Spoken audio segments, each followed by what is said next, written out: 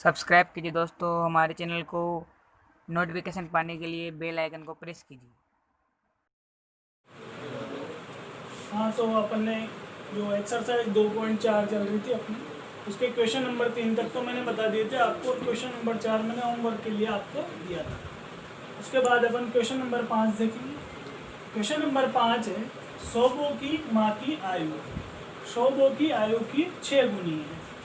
5 वर्ष बाद सौबों की आयु उसकी माँ की वर्तमान आयु की 1/3 हो जाएगी। तो उनकी आयु ज्ञात कीजिए। अब सबसे पहले कंडीशन देखो, कंडीशन क्या दे रखी है यहाँ पे, शोभो की माँ की आयु। शोभो की आयु की 6 गुनी है। अब ये बताओ, शोभो बड़ी है उसकी माँ बड़ी है? उसकी माँ बड़ी है ना, छोटी कौन है? शोभो है। तो अपन यहाँ पे छोटा वाला ही मानते हैं। तो अपन सबसे पहले क्या मान लेंगे, ये माना शोभो की वर्तमान आयु। तो शोभो की वर्तमान आयु क्या मान ली अपन ने? x मान ली। अब x मानते उसमें कहा गया है शोभो की माँ की आयु। अब शोभो की माँ की आयु देखो, ये शोभो की माँ की आयु। अब शोभो की माँ की आयु, शोभो की आयु की कितनी गुनी है? 6 गुनी है। तो शोभो की आयु कितनी है? x। तो x का 6 गुना कितना हो जाएगा? 6x। तो शोभो की माँ की आयु क्या आएगी? 6x। अब सवाल में आगे कहा गया है 5 वर्ष बाद शोभो की आयु। तो 5 वर्ष बाद, 5 वर्ष बाद शोभो की आयु,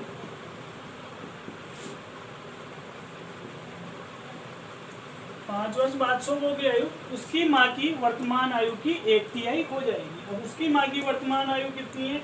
ये रही 6x। उसकी माँ की वर्तमान आयु, तो उसकी माँ की वर्तमान आयु, इस वर्तमान आयु की क्या हो जाएगी? 1/3 हो जाएगी। 1/3 का मतलब 1/3 हो जाएगी। मतलब उसकी माँ की वर्तमान आयु की 1/3 हो जाएगी। अब इसको अपन समीकरण रूप में बना लेंगे।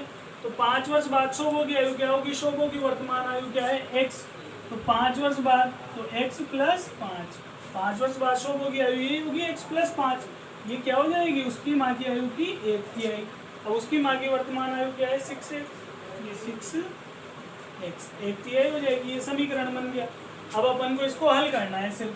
तो देखो, ऊपर वाली संख्या का गुणा ऊपर और नीचे बटे में कुछ नहीं है, तो नीचे 1, नीचे वाला गुणा नीचे। x प्लस 5 बराबर, ऊपर गुणा किया 6x बटे। ठीक है, अब अपन को इसको हल करना है।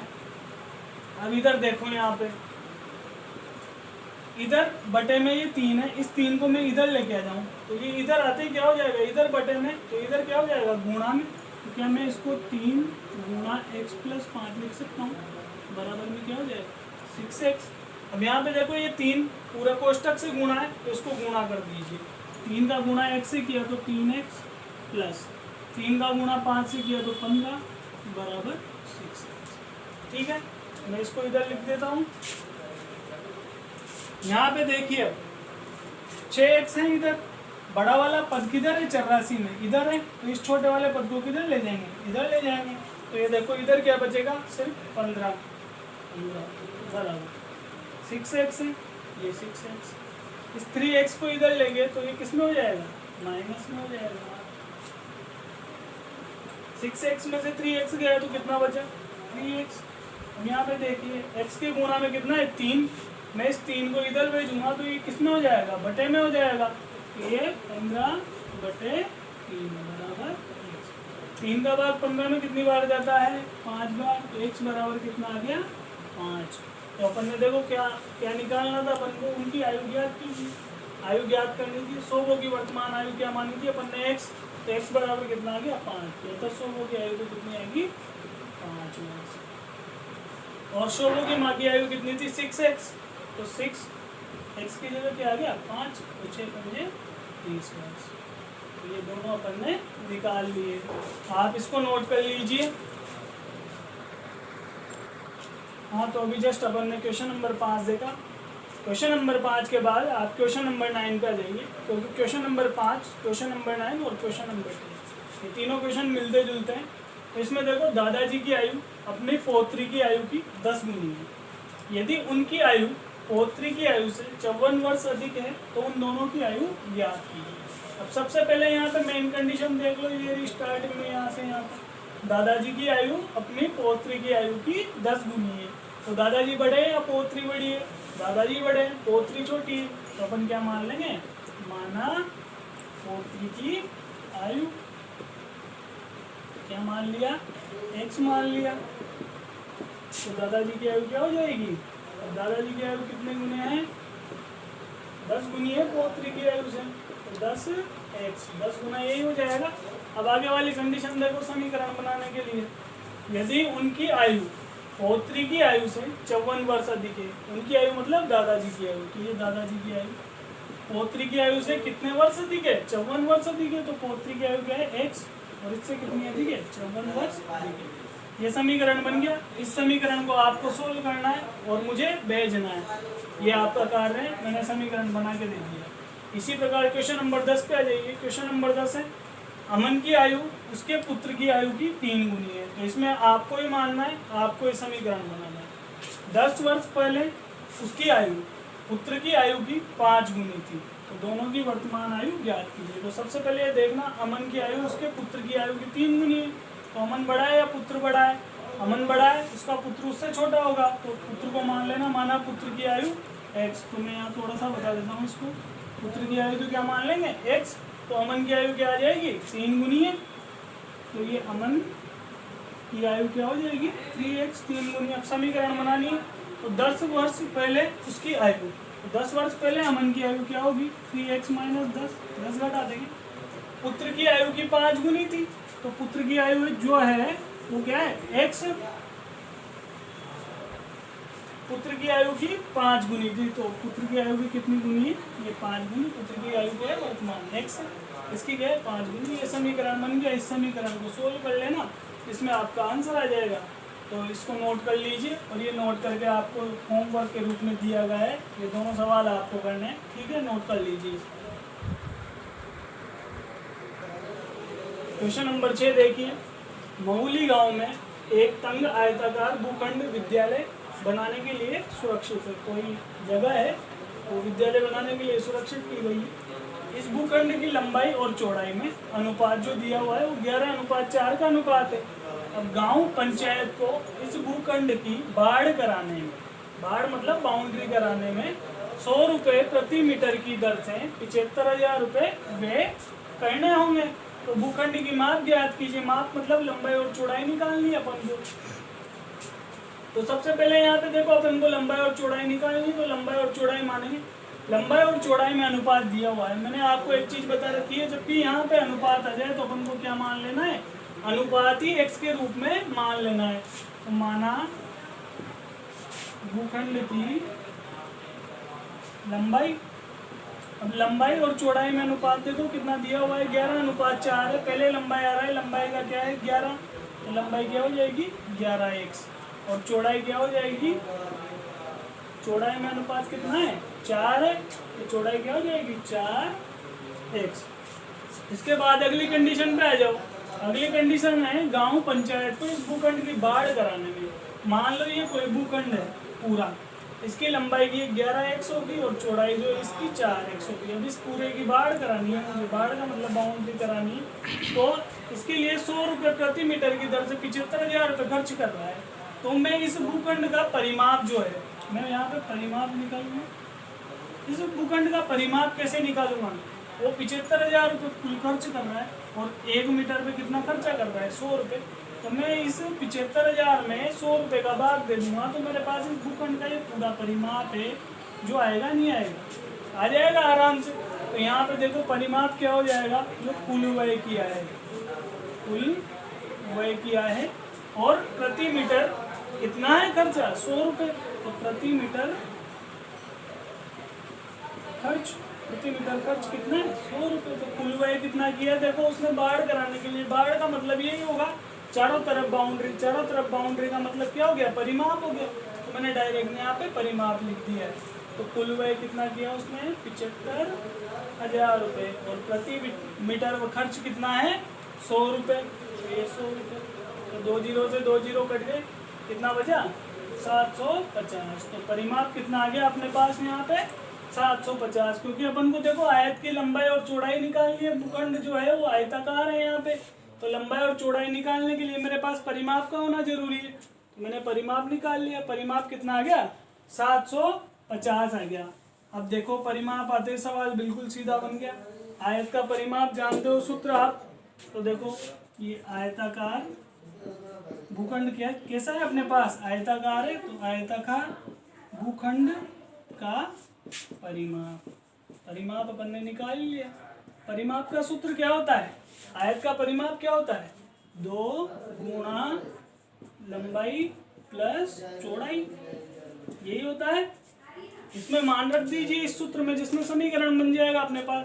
तो आयताकार भूखंड का परिमाप कितना आ गया अपने पास 750, ये 750 बराबर 2 इंटू लंबाई कितनी है अपने पास 11x और चौड़ाई कितनी है अपने पास 4x। तो ये 750 ये 2। अब देखो 11x में 4x जोड़ा तो कितना हो गया 15x। ये 750 15x को 2 से गुणा करेंगे तो कितना हो जाएगा 30x। अब इधर देखो x के गुणा में कितना है 30, मैं इस 30 को इधर भेजूंगा तो ये इधर किस में हो जाएगा बटे में हो जाएगा। तो ये देखो 750 बटा 30 बराबर x। 1 जीरो से 1 जीरो कट गया, बचा गया 75 बटा 3। अब देखो 3 का भाग जा रहा है क्या 75 में, कट रहा है, ये कट गया कितनी बार कटा 25 बार। तो x बराबर कितना आ गया अपने पास, x बराबर 25 आ गया। ठीक है, तो देखो माना भूखंड की लंबाई क्या मानी थी अपन ने 11x मानी थी, x का मान कितना आ गया अपने पास 25 आ गया। तो लंबाई कितनी हो जाएगी 11 इंटू 25 बराबर, चलो मैं इसको इधर लिख देता हूँ साइड में, यहाँ पे देख लेना आप। ये भूखंड की लंबाई, लंबाई क्या थी 11x, x की जगह क्या रखना है अपन को 25 रखना है। तो 25 को 11 से गुणा करेंगे तो क्या हो जाएगा 275, यही होगा। तो भूखंड की लंबाई कितनी आ जाएगी 275 मीटर। इसी प्रकार चौड़ाई क्या थी भूखंड की 4x थी, x की जगह कितना रखना है 25 रखना है। तो 4 25 कितना होता है 100 होता है। तो चौड़ाई कितनी आ जाएगी 100 मीटर। तो ये x बराबर तो 25 आया, वो लंबाई जो मानी थी अपन ने 11x, इसमें मान रख दिया और चौड़ाई में मान रख दिया और आंसर लेके आ गए। यही पूछा था अपन ने, उसने अपन से भूखंड की माप ज्ञात कीजिए, माप का मतलब लंबाई और चौड़ाई ज्ञात कीजिए, निकाल लिया अपन ने, इसको नोट कर लीजिए। हाँ, तो क्वेश्चन नंबर 7 देखिए। अब क्वेश्चन नंबर 7 जो है, हसन स्कूल वर्दी बनाने के लिए 2 प्रकार का कपड़ा खरीदता है। इसमें कमीज के कपड़े का भाव, कमीज मतलब शर्ट के कपड़े का भाव 50 रुपये प्रति मीटर तथा पतलून के कपड़े का भाव 90 रुपये प्रति मीटर है। अब यहाँ पे ध्यान से देखना इस सवाल को, सबसे कठिन सवाल है ये इस प्रश्नावली का। वह कमीज के प्रत्येक 3 मीटर कपड़े के लिए पतलून का 2 मीटर कपड़ा खरीदता है। वह इस कपड़े को क्रमशः 12% तथा 10% लाभ पर बेचकर 36,600 रुपये प्राप्त करता है। तो उसने पतलूनों के लिए कितना कपड़ा खरीदा। अपन को इसमें ज्ञात करना है पतलूनों के लिए कितना कपड़ा खरीदा। लेकिन यहाँ पे देखो 3-4 चीजें दे दी है, तो आप लोग कंफ्यूज हो जाओगे कि यहाँ पे अपन किसको क्या माने किसको क्या नहीं माने। तो सबसे पहले तो यहाँ पे देखो, क्या यहाँ पे कोई अनुपात जैसा दिया हुआ है क्या। देखो आपको नहीं लग रहा होगा कि यहाँ पे कोई अनुपात सिस्टम दिया हुआ है, लेकिन यहाँ पे देखो अनुपात सिस्टम इस लाइन में। वह कमीज के प्रत्येक 3 मीटर कपड़े के लिए, कमीज के 3 मीटर कपड़े के लिए पतलून का कितना मीटर कपड़ा खरीद रहा है 2 मीटर। तो 3/2 जैसी कंडीशन लग रही है अपन को यहाँ पे। वह कमीज के प्रत्येक 3 मीटर कपड़े के लिए पतलून का 2 मीटर कपड़ा खरीदता है। तो यही अनुपात सिस्टम है। मतलब यदि अपन कमीज अनुपात पतलून निकाले तो कमीज का कितना 3 मीटर कपड़े पे पतलून का कितना जा रहा है 2 मीटर। तो ये 3:2 हुआ नहीं हुआ, तो अपन इसको ही डायरेक्ट क्या मान लेंगे x मान लेंगे। तो माना कमीज का कपड़ा कितना है 3x, तो पतलून का कपड़ा कितना आ जाएगा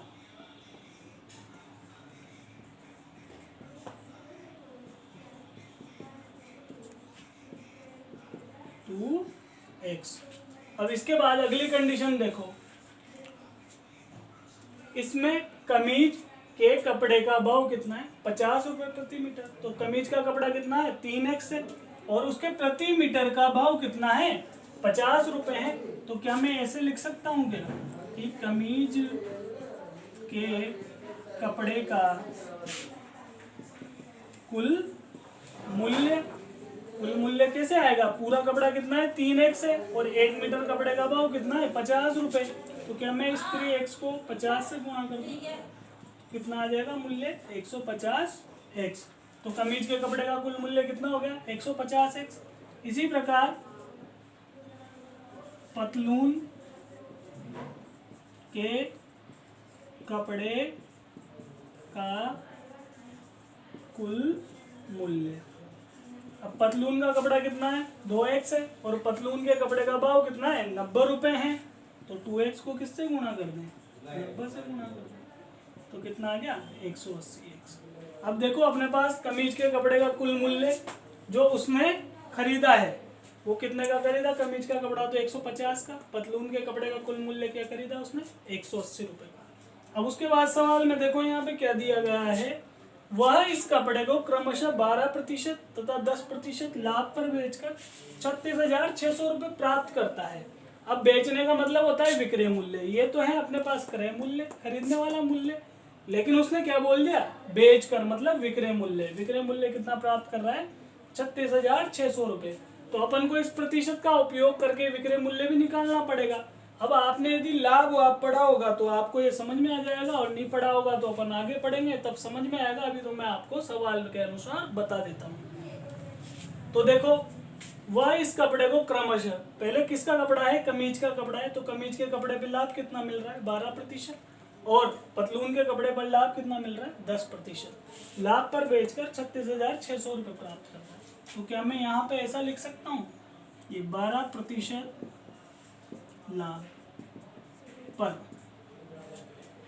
कमीज पे मिल रहा है 12% लाभ, तो 12% लाभ पर कमीज के कपड़े का विक्रय मूल्य मतलब बेचने वाला मूल्य, मतलब 12% लाभ कमाया तो उसने कमीज का कपड़ा कितने में बेचा, ये निकालना है अपन को। अब विक्रय मूल्य क्या होता है, देखो लाभ प्लस क्रय मूल्य यही होता है, लेकिन यहाँ पे देखो लाभ जो दिया हुआ है वो डायरेक्ट नहीं दे रखा, 12% दे रखा है। तो इसको हल करने के लिए अपन यहाँ पे जब भी अपन लाभ यहाँ नहीं पढ़ेंगे, वो 1 रुपये से स्टार्ट करते हैं और लास्ट में उसको 100 रुपये लेते हैं। तो 100 रुपये पर ही हमेशा अपन लाभ और हानि निकालते हैं। तो यहाँ पे देखो 12% लाभ का मतलब प्लस होता है, तो 100 रुपये पर ही हमेशा निकालना है। मान लो 100 रुपये पर 12 रुपये लाभ होगा तो टोटल क्या हो गया, 112। ये सूत्र होता है, तो इसको आप ध्यान रखना है। यहाँ पर 12% लाभ पर कमीज के कपड़े का मूल्य क्या हो जाएगा, 112/100 हमेशा लगाना है अपन को, क्योंकि यहाँ पे प्रतिशत दिया हुआ है, प्रतिशत का मतलब बटा 100 ही होता है। और विक्रय मूल्य निकालना है, तो विक्रय मूल्य के लिए क्या आवश्यक है, क्रय मूल्य। तो ये क्रय मूल्य क्या है, 150x। अब इसको हल कर लेंगे अपन, हल करो इसको, तो देखो 0 से 0 कट गया, फिर जिसका भाग जा रहा है तो भाग दे लो। 10 में 5 का भाग जा रहा है कितनी बार, 2 बार। 15 में कितनी बार जा रहा है, 3 बार। अब देखो इस 2 में, इस 2 से 112 कट रहा है, 112 में भाग जा रहा है 2 का।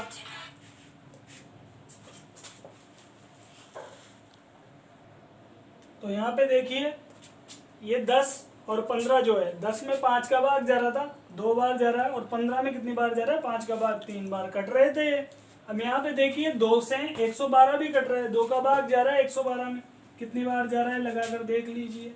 5 दूआ 10, 6 दूआ 12, 56 बार। अब अपने पास क्या बचा, ओनली ऊपर तो 56, इधर 3 और x, इनको गुणा करके लिख दीजिए। तो 56 को 3 से गुणा किया, 6 तिया 18, 5 तिया 15, तो 168x। 12% लाभ पर कमीज के कपड़े का विक्रय मूल्य कितना आ गया, 168x। इसी प्रकार पतलून पर कितने प्रतिशत लाभ हो रहा है, 10% लाभ हो रहा है, तो ये 10% लाभ पर पतलून के कपड़े का विक्रय मूल्य। अब देखो जब यहाँ पर 12% लाभ था तो क्या लिखा था अपन ने 112/100।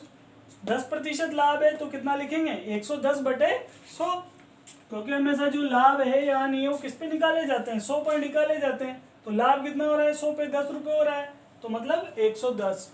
तो 110/100 गुणा इसका क्रय मूल्य कितना है पतलून के कपड़े का, ये रहा 180 रुपये।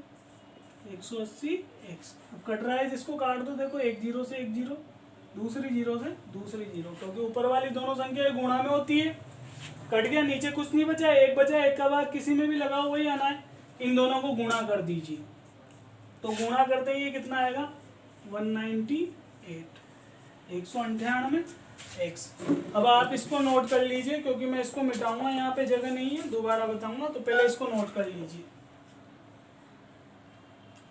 अब यहाँ पे देखिए अपन ने कमीज के कपड़े का विक्रय मूल्य और पतलून के कपड़े का विक्रय मूल्य निकाल लिया है। मतलब कमीज का कपड़ा कितने रुपए में बेचा वो मूल्य ये है, और पतलून का कपड़ा कितने रुपए में बेचा उसने वो मूल्य ये है। 12% लाभ और 10% लाभ पर। लेकिन उसने आगे देखो बेचकर कितने रुपए प्राप्त किए 36,600 रुपये। मतलब कुल विक्रय मूल्य, मतलब बेचा, बेचने का मतलब विक्रय मूल्य होता है, तो कुल विक्रय मूल्य कितना है उसके पास 36,600 रुपये। कितने रुपए प्राप्त हुए उसे 36,600 रुपये। अब कुल विक्रय मूल्य कब आएगा, जब कमीज के कपड़े का बेचने का मूल्य और पतलून के कपड़े का बेचने का मूल्य जोड़ दूं मैं, तो कुल विक्रय मूल्य आ जाएगा मेरे पास। तो देखो कुल विक्रय मूल्य, कमीज के कपड़े का मूल्य कितना है 168x, प्लस पतलून के कपड़े का मूल्य कितना है 198x, जोड़ दिया, यही कुल विक्रय मूल्य होगा। जोड़ दें, ये कितना आ रहा है 36,600 रुपये। अब अपन इसको हल कर लेंगे, इन दोनों को जोड़ दो, 8 और 8 16 का 6, हासिल का 1, 9 और 6 15 और 1 16 का 6, हासिल का 1, 2 और 1 366 बराबर में कितना चल रहा है 36,600। अब यहाँ पे देखिए x के गुणा में कितना है 366 है। मैं इस 366 को इधर भेजूंगा, तो यहाँ पे देखिए आप इधर जाते ही किस में आ जाएगा बटे में। तो मैं इधर लिख देता हूँ इसको, ये तो आपने लिख ही लिया होगा, इसको मिटा देता हूँ, वैसे इसका काम भी नहीं है।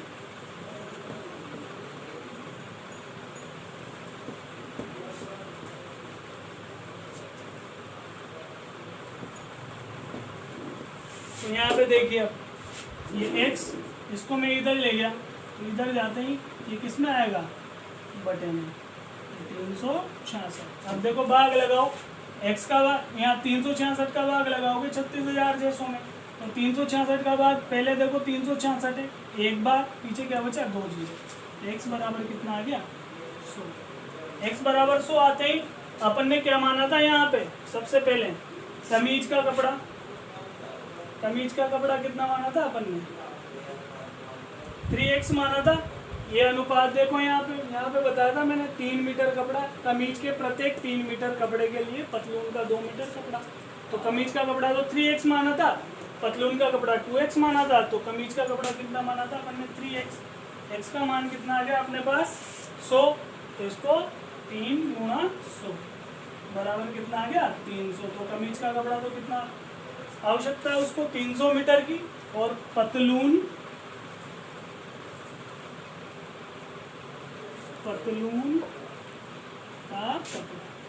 का कितना कपड़ा चाहिए उसको 2x मान रखा था अपन ने, तो 2 को x बराबर 100 है, 2 को किससे गुणा कर देंगे 100 से, तो कितने मीटर आ जाएगा 200 मीटर। ये दोनों कपड़े निकाल लिए अपन ने, कितना कितना चाहिए। उसने सवाल में क्या पूछा था अपन से, उसने पतलूनों के लिए कितना कपड़ा खरीदा, तो पतलूनों के लिए कितना कपड़ा खरीदा 200 मीटर। तो इस सवाल को एक बार मैं फिर से समझा देता हूँ, इसमें बहुत ही क्रिटिकल क्वेश्चन है ये। तो यहाँ पे आप देखना, पहले तो भाव दिया हुआ था उसने कपड़ों का, तो भाव से तो अपन कुछ कर ही नहीं सकते, अपने को कोई कंडीशन चाहिए थी जिससे अपन कमीज के कपड़े और पतलून के कपड़े को मान सके कि भाई कितना कितना चाहिए।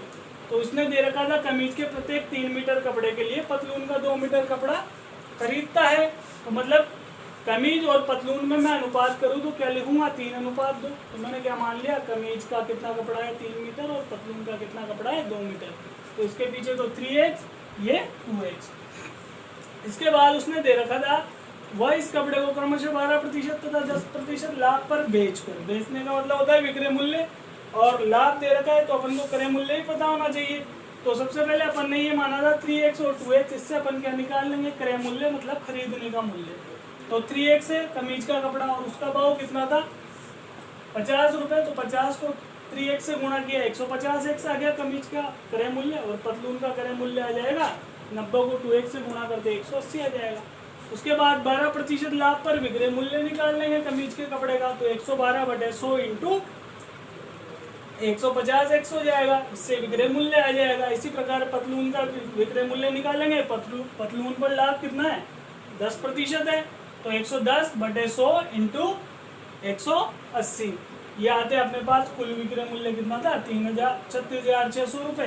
तो कुल विक्रय मूल्य क्या होगा, दोनों को जोड़ देंगे और ये लिख देंगे, जिससे x का मान आ जाएगा, ये निकाल लेंगे। इसको नोट कर लीजिए, और जो आपको होमवर्क दिया गया है उस होमवर्क को आप मेरे नंबर पे सेंड करना। मेरा नंबर आपने सेव कर ही दिया होगा, मैंने 2 सवाल छोड़े हैं इसमें, और दोनों सवाल आपको करने हैं। ठीक है, धन्यवाद।